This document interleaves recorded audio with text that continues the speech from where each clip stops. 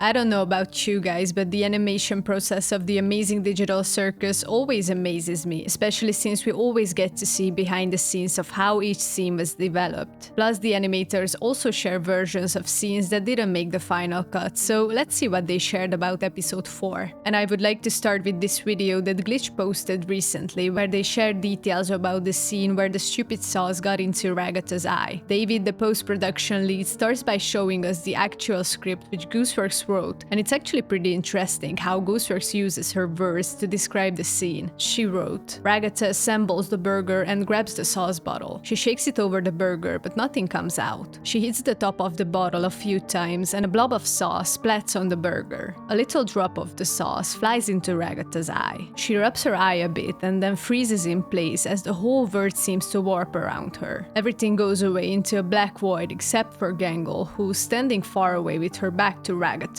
She turns her head around and the face on her mask looks really creepy. The world warps back in and Ragatha just stands there with a scared expression. Suddenly every part of her relaxes and she gets a relaxed smile on her face." And in parentheses, Gooseworks wrote, "Basically a super high stoner face." And so this finally settles the battle on whether Ragatha was drunk or high in episode 4. But we can see that Gooseworks also had a reference image for the sauce's color here, which is also pretty interesting. And then David shares that first he made the movement of the sauce in 2D in After Effects, using shapes, which gives an idea for the animators on how to work it from there. And it really shows how much work goes into a 4-second animation, so no wonder we have to wait for months for new episodes to release. And this is now after the animation team is probably 2 or 3 times as big as it was for the pilot. But let's see what the other animators shared. For example, Jack on YouTube shared how it was his first time animating Gangle and Zooble, and that it's hard to get their moves right. And one interesting thing about Jack is that he often acts out the scenes he has to animate, so he can see how the characters would move. And here he shares how he tried 2 versions of this scene where Kane tears down the suggestion box. We can see how it actually looks without the motion blur, and it's kinda crazy. But I love these little details that the animators always seem to add, and especially that Gooseworks also lets them have fun with the animation. But Jack also shared how he imagined this scene of Gangle. And we can see that Gangle's mask here is a bit too crazy, so he had to tone it down a bit. And originally, in this scene, Jax's cap was supposed to stay on his head. However, Jack thought that it would fit Jax's character if he just threw the cap away. And I think this was a really nice touch, and it does make sense for his character. And lastly, Jack also shared some bloopers where we can see some interesting things, like here when Gangle goes through the door, we can still see her with a creepy smile. Or this scene where a huge hand pushes Jax out. And we can see that Jack used Kinger's hand instead of Kane's, probably because it was easier for him. However, it means that Kane's and Kinger's gloves are actually identical. And this also explains that the hand pushing out Jax was actually Kane. And where there are bloopers, there are also cursed images. For example, we have Bolt Pomni, which we all love and cherish, or this picture of Jax where he has a sharp nose, and this one's crazy, I'm gonna have nightmares. But moving on, there was also another animator called Static on YouTube who also shared the animation process they worked on. So let's see that. Static shared that while they were working on episode 4, the animators tried leaning more into matching expressions in the storyboards. Like here, we can see how Neshaha from YouTube imagined this scene while Ragatha is talking to the glowing queen, and how Static animated Ragatha's facial expressions. Or another example of the storyboard matching is this scene where Jax is watching Gangle on the screen. But according to Static, this scene was the most true to the storyboard version, and we can see how they actually did an amazing job here. I'm gonna show some comparisons from Neshaha's video as well, just so we can see how the animators really stuck to the storyboard. And it's really interesting to see, like here, where they recreated Jax's face perfectly. Or here, it actually makes sense that they added some hand movements from Pomni, because it really shows how nervous she got. But Gangle's mask was one of the hardest things to animate, especially when she changed it during her talk with Pomni outside Spudsies. The animators had a hard job pulling this off seamlessly. Next, Static shared how they were given the freedom to animate Kane glitching, so this is how the gag poses were born. And this is what I love about this show. There are always these details that are not only fun, but also thoughtful. So hats off to every person who contributes to these, because this is why the Amazing Digital Circus is a special show. But we can also see how the animation team cheats with the camera angles, like how the limbs are actually really long here. And to be honest, it's really nice to see behind the scenes scenes and get familiar with how the animators work, because this is something they've shared from the very beginning, so we could also see how much the quality improved from episode 1 to episode 4. Like, the pilot already had a unique style, but